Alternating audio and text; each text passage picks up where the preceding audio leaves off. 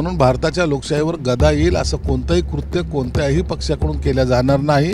जर ज्यांनी करायचा प्रयत्न केला तो पक्ष नेस्तानाबूत होईल एवढं मात्र खरं आहे। अनेक मोर्चे अनेक आंदोलनकर्ते नागपूरच्या त्या ठिकाणी येत असतात, म्हणून त्याला न्याय द्यायची भूमिका आताही सरकार घेईल। अधिवेशनचा कालावधी जरी थोडा असला तरी सरकार ह्या सगळ्या प्रश्नाला गांभीर्याने घेऊन त्याच्यावर न्याय देईल। मंत्रिमंडळाच्या विस्ताराबाबत अनेक चर्चा या होत आहेत, मात्र अद्याप स्पष्टपणे कुठलंही मत हे त्यातनं निघालेलं नाही आहे। माझ्यासोबत याच विषयांवरती बोलण्यासाठी शिवसेनेचे मुख्य प्रवक्ते संजय शिरसाट जी आहेत। शिरसाट साहेब, मंत्रिमंडळाचा विस्तार केव्हा होणार हा सगळ्यांना उत्सुकतेचा प्रश्न आहे। जसा सर्वांना हा प्रश्न आहे तसाच प्रश्न आम्हाला सुद्धा पडलेला आहे, परंतु या संदर्भामध्ये माननीय मुख्यमंत्र्यांनी त्यांची भूमिका स्पष्ट केलेली आहे की मंत्रिमंडळाचं जे अधिवेशन आहे नागपूर अधिवेशन त्यापूर्वी हा विस्तार होणार आहे, म्हणून चिंता करण्याचं काही कारण नाही। आणि त्या संदर्भामध्ये मुख्यमंत्री आणि उपमुख्यमंत्री यांच्या बैठकाचं सत्र सुरू आहे। तुमच्याच माहितीनुसार आज ते दिल्लीला जात आहेत। मला वाटतं आज सर्व फायनल होईल आणि 2 दिवसामध्ये हा विस्तारसुद्धा होईल। वारंवार दिल्लीला जात आहेत, मात्र तो प्रश्न काही सुटत नाही आहे। यावरनं विजय वडेट्टीवार देखील म्हणतायत वारंवार दिल्ली दरबारी त्या ठिकाणी अर्ज माफीनामा न्यावा लागतोय। तो काय न्यावा लागतो हा त्यांनी आमची चिंता करू नये। आमची जी काही प्रोसेस आहे ती प्रोसेसप्रमाणेच ते होणार आहे, म्हणून मला वाटतं आज हा शेवटचा दौरासुद्धा राहील आणि मंत्रिमंडळाचा विस्तारही होईल। दुसरीकडे असा देखील एक प्रश्न उपस्थित केला जातोय की शिवसेनेचे जे माजी मंत्री आहेत त्यांच्यावरती पक्षातल्याच आमदारांकडनं नाराजीचा सूर पाहायला मिळतोय की त्यांना पुन्हा मंत्रिपद देऊ नयेत, कारण त्यांच्याकडे गेल्यानंतर कामं होत नाही आहेत। अनेकदा आश्वासनच मिळत आहेत, मात्र कामाची कुठली अंमलबजावणी होताना पाहायला मिळत नाही आहे। कसं पाहता या? बघा, असे काही जर तक्रारी असतील तर ते शिंदेसाहेबांच्या कानावर गेले असतील।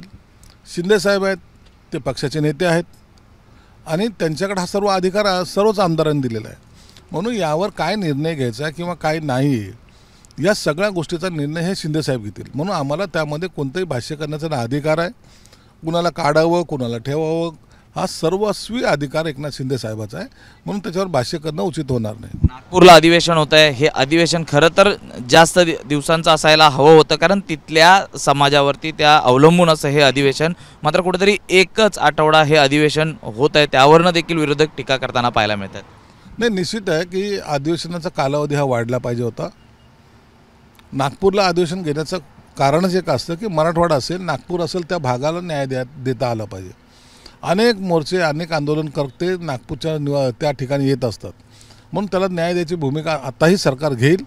अधिवेशनचा कालावधी जरी थोडा असला तरी सरकार ह्या सगळ्या प्रश्नाला गांभीर्याने घेऊन त्याच्यावर न्याय देईल अशी आमची भूमिका राहणार आहे। वीज जी वाढ आहे त्याबद्दल जयंत पाटील हे सध्या सरकारला घेरताना पाहायला मिळत आहेत। बहुमताचं सरकार आहे, सर्व काही आहे, केंद्रात आहे, राज्यात आहे, मग आता कुठली अडचण राहिली आहे शेतकऱ्यांना दिलासा देण्यासंदर्भात असा प्रश्न उपस्थित करतायत ते? जयंत पाटलाला माहीत नाही का, आम्ही 7.5 हॉर्स पॉवरच्या मोटरला वीज बिल ऑलरेडी माफ केलेलं आहे। आम्ही सोलारचं स्कीम काढलेली आहे, म्हणून शेतकऱ्याला जेवढं चांगलं देता येईल तेवढं सरकार करेल।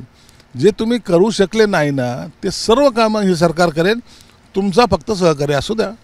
पैशाच्या जोरावरती भाजप लोकशाही संपवत आहे। जे पाकिस्तानमध्ये झालं, जे बांगलादेशमध्ये झालं, तेच कुठेतरी भारतात होईल अशी शंका ते उपस्थित करतायत। असं काही नाही होणार। भारत हा लोकशाही मानणारा सर्वात मोठा देश आहे। जगाने भारताची लोकशाही ॲक्सेप्ट केलेली आहे, म्हणून भारताच्या लोकशाहीवर गदा येईल असं कोणतंही कृत्य कोणत्याही पक्षाकडून केलं जाणार नाही। जर ज्यांनी करायचा प्रयत्न केला तो पक्ष नेस्तानाबूत होईल एवढं मात्र खरं आहे। संजय राऊत पुन्हा एकदा टीका करताना पाहायला मिळत आहेत की कुठल्याही प्रकारे सत्तेत असून देखील आता बहुमत मिळून सुद्धा सरकार मंत्रिमंडळाचा विस्तार का करत नाही आहे, कुठे नेमकं घोडं अडलंय हा प्रश्न ते उपस्थित करतात। त्यांना म्हणा 2-3 दिवस वाट पहा, अख्खं मंत्रिमंडळ बनेल आणि त्याच्या स्वागताला तुम्ही स्वतः या। आमचं मंत्रिमंडळ अडलेलं कुठंच नाही आहे। काही ज्या अधिकृतपणे घोषणा करायच्या असतात किंवा काही लोकांना जे काही न्याय द्यायचा असतो आमदारांना तो देण्याचा प्रयत्न हे सरकार करत आहे, आणि म्हणून जो काही वेळ लागला आहे त्या वेळेबद्दल आम्हाला कोणतेही घाई किंवा गडबड नाही।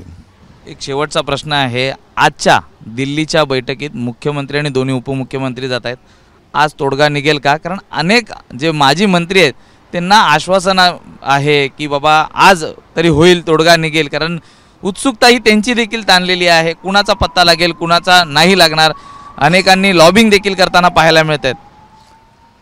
या मंत्रिमंडळाच्या या शर्यतीमध्ये अनेक जण लॉबिंग करतात, अनेक जण अनेकाला भेटतात, अनेकाकडे आपल्या व्यथा मांडतात. हे सर्व घडतं, परंतु निर्णय अखेरला हे वरिष्ठ नेते घेतात. म्हणून ते योग्य तो निर्णय घेतील, सर्वाला न्याय द्यायचा प्रयत्न करतील अशी अपेक्षा निश्चित त्यांच्याकडून सर्वांची आहे आणि त्याच पद्धतीने ते निर्णय घेतील.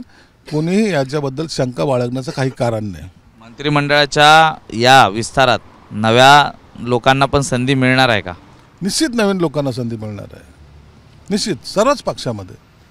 कारण की हे मंत्रिमंडळ मला वाटतं जास्तीत जास्त चांगलं कसं असावं हा तिन्ही नेत्याचा प्रयत्न असणार आहे. म्हणून हे मंत्रिमंडळ तुम्हाला पाहायला मिळेल. विविध लोक ज्यांच्याकडे हे जबाबदार देण्यात येतील ते चांगलंही काम करतील अशी अपेक्षा त्यांच्याकडून ठेवायला हरकत नाही. धन्यवाद सर, आमच्याशी बातचीत केल्याबद्दल. व्हिडिओ जर्नलिस्ट अजित कदमसह मी सूरज सावंत, एबीपी माझा, मुंबई. एबीपी माझा, उघडा डोळे बघा नीट.